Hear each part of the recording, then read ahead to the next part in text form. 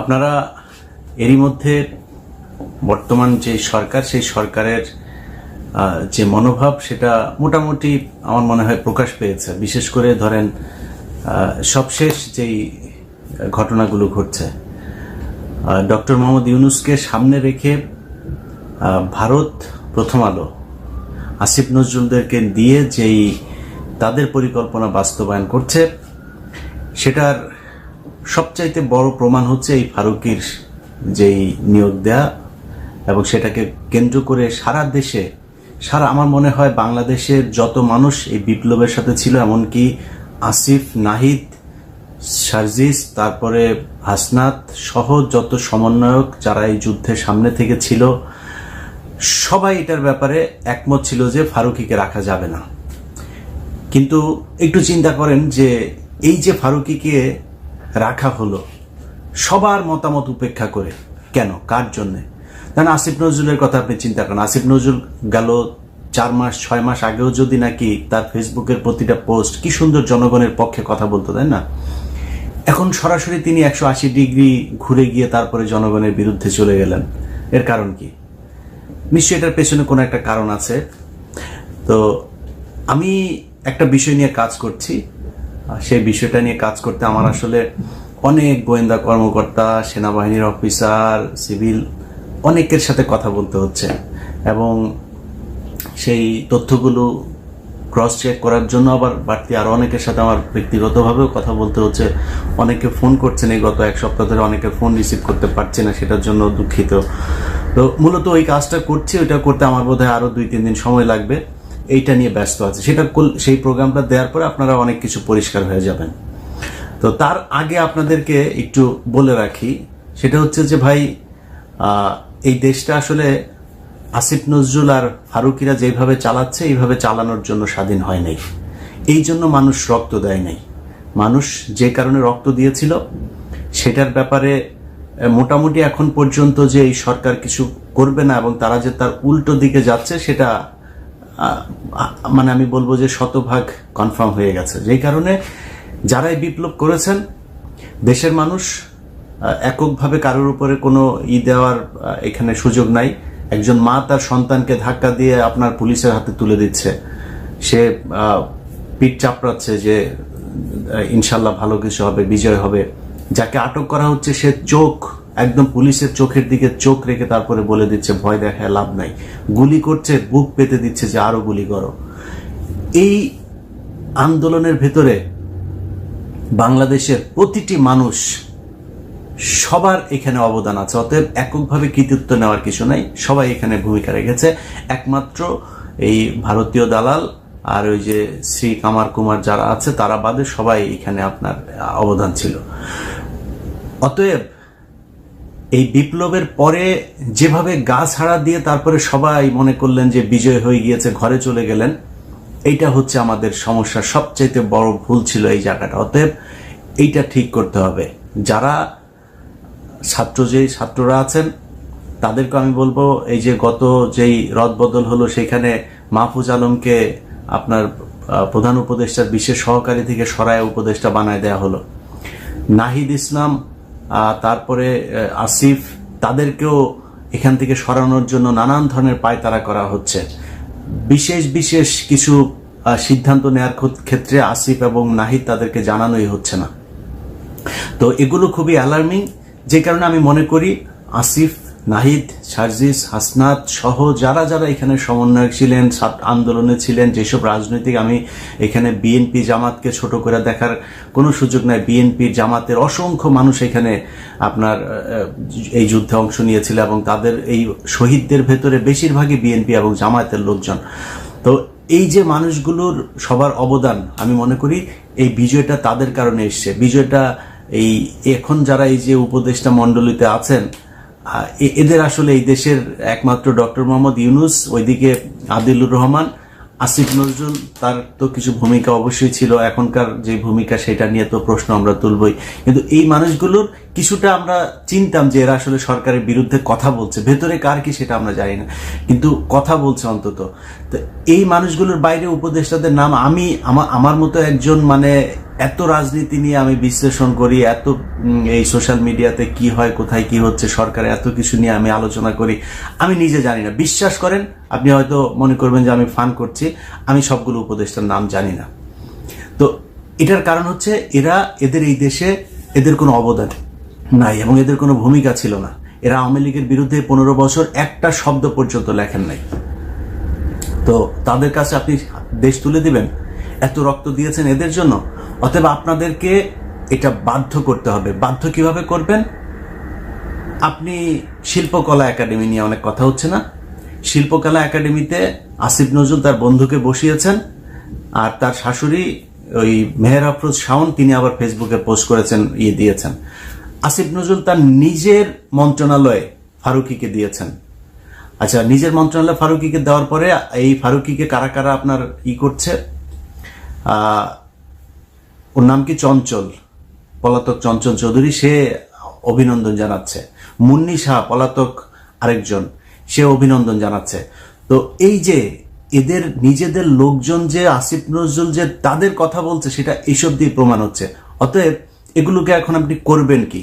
আসিফ নজরুল বাংলাদেশে এত শক্তিশালী কেউ না। আসিফ নজরুলের 2 দিন পরে রাস্তায় ধরে পোলাপান থাপড়ে, ন্যাংটা পোলাপান থাপড়াইলো, আসিফ নজরুল পাশে 2জন মানুষ এসে দাঁড়াবেন। আসিফ নজরুল যা করলো এই 5 তারিখের পর থেকে এখন পর্যন্ত। অতএব আসিফ নজরুল চাইলে এটা করতে হবে। ভাই, এখন ধরেন আপনি এই যে কালবেলা এই সন্তোষ শর্মা এখন পর্যন্ত আপনি অফিস করছে, আরে ভাই ওরা থাপড়ায় ওইখান থেকে রাস্তা ওইখানে দাঁড়ায় থাকতে হবে, পোলাপান দাঁড়ায় থাকতে হবে, 200-400 রাস্তা দিয়ে আসবে, 2-5জন দাঁড়ায় থাকলেও চলো, ওরা উঠবে ওরা থাপড়াইতে হবে ধরে, ও নামবে ওরা থাপড়াইতে হবে ধরে, ও অফিস করে কেমনে? তো আমরা চাইলে এগুলি কিন্তু করতে পারি, বাট করছি না, সময় দিচ্ছি। কালকে ওই যে বৈশাখী টেলিভিশনের অশোক চৌধুরীকে নিয়ে একটা প্রোগ্রাম করেছি আমি, 15 মিনিটস নিয়ে আমার দেশে কাজ করছিল, সেটা নিয়ে কাজ করার সময় আমার টিমের এই খবরটা অশোক চৌধুরী জেনে যায়। পরশুদিন সে করেছে কি, সে তাদের ওই অফিসের একটা গ্রুপ আছে, ওই গ্রুপের মধ্যে সে আপনার মেসেজ পাঠিয়েছে যে সবাইকে কাউকে না জানিয়ে সে চলে যাচ্ছে, এই জন্য দুঃখিত, কেউ যেন কিছু মনে না করে, সবার কাছে দোয়া চেয়েছেন। তারপর থেকে সে পলাতক। এর কারণ কি? কারণ এই যে মেয়েরা যে আমার কাছে বক্তব্য দিচ্ছিল যে তার কাছে কিভাবে যৌন হয়রানির শিকার হয়েছে, সেটা মানুষ জেনে যাবে এবং তার বিরুদ্ধে এখন মামলা হবে, পুলিশ খুঁজবে, তার আগে থেকেই তিনি চলে গিয়েছেন। এইরকম এই সাংবাদিকতা, এই যে বাংলাদেশের টেলিভিশন, পত্রিকা, বিভিন্ন জায়গায় এরকম বহু লোকজন আছে যারা কিনা আমাদের কথা শুনছে না। আমাদের দাবি একটা ছিল, সেটা হচ্ছে যারা এই কয় বছর দালালি করেছে তারা মিডিয়াতে থাকতে পারবে না। আমাদের সেই দাবি মানা হয় নাই। একজন আছে, সে নিজেকে বলে যে তাকে নাকি তারেক রহমান নাকি তাকে পাঠিয়েছে। তো আমি কথাটা সরাসরি বলছি যাতে তারেক রহমান এবং বিএনপি তার ব্যাপারে ব্যবস্থা নিতে পারে। ওয়াহিদুজ্জামান RTV-তে তাকে সে বসেছে, দখল নিয়ে 5 লাখ টাকা বেতন নিচ্ছে মালয়েশিয়াতে বসে। আবার দেশে কয়েকজন, আমার সাথে 2-3জন টেলিভিশন পত্রিকা মালিকের সাথে কথা হয়েছে, তাদেরকে সে থ্রেট করছে, তাদেরকে নাকি তারেক রহমান নাকি তাকে বলেছে যে ওইগুলো দখল করতে। এখন দখল করবে না যদি নাকি ওরা কিছু টাকা পয়সা দেয়। কারো কাছে 2 কোটি, 3 কোটি, 5 কোটি করে টাকা যাচ্ছে। এই ওয়াহিদুজ্জামান অ্যাপোলো, সে RTV দখল নিয়েছে, কোনো সমস্যা নাই, তারেক রহমানের নাম ভাঙায় নিলেন, আমাদের কোনো সমস্যা নাই। আপনি তো আওয়ামী লীগের দালালি করেন না এতদিন, কিন্তু যাওয়ার পরে সে আওয়ামী লীগের পোলাপানকে ওইখানে বসায়, তারপরে বিএনপির পোলাপানকে ওইখান থেকে বার করে দিচ্ছে, আওয়ামী বিরোধী লোকজনের ওইখান থেকে বের করে দিচ্ছে। এই হচ্ছে এই অ্যাপোলোদের চরিত্র। মুসাদ্দেক হোসেন ফালু, তাকে RTV-তে ঢুকতে দেওয়া হচ্ছে না। তো এগুলো নিজেদের লোকজনকেই নিজেরা, আপনি ওই যে ওইদিকে আরেকজন আছে, সে কিনা আপনার হায়দার টায়দার তাদেরকে বসায় রেখেছে। ডিবিসিতে এখনো পর্যন্ত 1 পাল রয়েছে। তো এই যে সরানো হচ্ছে না, আমরা কিন্তু এক এক করে সবগুলোর ধরবো। তখন হাত পা ধরে চাপাচাপি করলে লাভ হবে না। একজনের কোনো রিকোয়েস্ট, যে রিকোয়েস্ট করে, সেটা খালেদা জিয়া করুক, তারেক রহমান করুক, যে মনে চায় করুক, কারো রিকোয়েস্ট কিন্তু শুনবো না। ভালোই এখনো সময় দিচ্ছি। অশোক চৌধুরীর মতো ধরার আগে সুন্দর করে এগুলোরে সরান। আপনাদের কাছে আমাদের কোনো চাওয়া নেই। আপনি বিএনপি করেন, জামাত করেন, আমি 2 দলই করি, আমার বিএনপি জামাত নিয়ে কোনো সমস্যা নাই। কিন্তু আওয়ামী লীগের যে দালালরা এতদিন ছিল, যারা শেখ হাসিনার সব লুটপাট, খুন, গুম এগুলোর বৈধতা দিয়েছে, সেটার বিচার করতে হবে এবং তাদেরকে ওইখান থেকে সরাইতে তো হবেই। এটা নিয়ে তো কোনো প্রশ্নই নেই এবং বিচারও করতে হবে। সো এই জায়গাগুলো আপনার হচ্ছে। এখন যেটা বলছিলাম সেটা হচ্ছে যে এই সন্তোষ শর্মা, প্রথম আলো, ডেইলি স্টার, এদেরকে জোর করে ওইখান থেকে সরাইতে হবে। একটা জুজুর ভয় দেখায় দাড়ি টুপিওয়ালারা এদেরকে দেখলে পশ্চিমারা এই করে ফেলবে ওই করে ফেলবে। আমি চাইও না সেরকম পরিস্থিতি তৈরি হোক, কিন্তু এই বাংলাদেশের মানুষ শাসন করবে। আপনি যা মনে চায় তাই করছেন, হিন্দুরা তারপরে ওইদিকে ইসকন টিসকন যা মনে চায় তা করবে, তাদের কিছু বলা যাবে না। আর আলেমরা মাঠে নামলে পশ্চিমারা এই করে ফেলবে ওই করে ফেলবে। কি করে ফেলবে? পশ্চিমারা এই রক্ত দিয়ে তারপরে দেশ স্বাধীন করছে, তাদের এই স্বাধীনতা নাই, তারা এটা চাইতে পারে না। এখনো পর্যন্ত ভারতের দালাল প্রথম আলো, ডেইলি স্টার তারা এইভাবে প্রকাশ্যে চলবে। তাদের এখানে এই আন্দালিত রহমান, পার্থ, রুমিন ফারানা, মঈন খান, নুরুল হক, রাশেদ খান এরা গিয়েছে। সব কয়টাকে মনে রাখা হবে, বলে রাখলাম। ভালো, আপনাদের সাথে এর মধ্যে অনেকের সাথে আমার খুব ভালো সম্পর্ক ছিল, সব কাট আপ, একটাকেও ছাড়া হবে না। যখন যেটাকে সুযোগ পাবো একদম ভরে দেওয়া হবে, এটা বলে রাখলাম, একদম প্রকাশ্যে হুঁশিয়ারি করে রাখলাম, লাভ নাই। তো এদেরকে যারা জায়গা দিচ্ছেন তাদের ব্যাপারে আপনার করতে হবে। শিল্পকলা একাডেমি, তারপরে বিভিন্ন গণমাধ্যম, ভাই আপনাকে জোর করে যাইতে হবে। ওই যে কওমি সম্ভবত তারা, বা চরমনে আমি জানি না, কলরব আছে, সাইমুম শিল্প গোষ্ঠী আছে বাংলাদেশের। এই আপনাদের শিল্প গোষ্ঠী নাই ইসলামী ভাবধারার? আরে ভাই, আপনারা যা দখল করবেন, শিল্পকলায় নাটক হবে, আপনারা যেটা করবেন সেই নাটক হবে। এই নর্তকীদের নাটক হবে না, ভারতের এই উদিচিয়ার এই ছায়ানট এদের নাটক হবে না। আপনারা নাটক করবেন, আপনারা গান গাবেন, আপনারা শিল্প চালাবেন। এই দেশের শিল্প চলবে আপনাদের কথায়। আমি অনুরোধ থাকলো, যারা এই ধরনের শিল্প গোষ্ঠীগুলো আছেন, আপনাদের এখান থেকে আপনারা দাবি করবেন কেন ডিজি কি হবে? আপনারা ডিজি বানাবেন ওইখানকার, আপনাদের কথায় শিল্পকলা একাডেমি ডিজি হবে।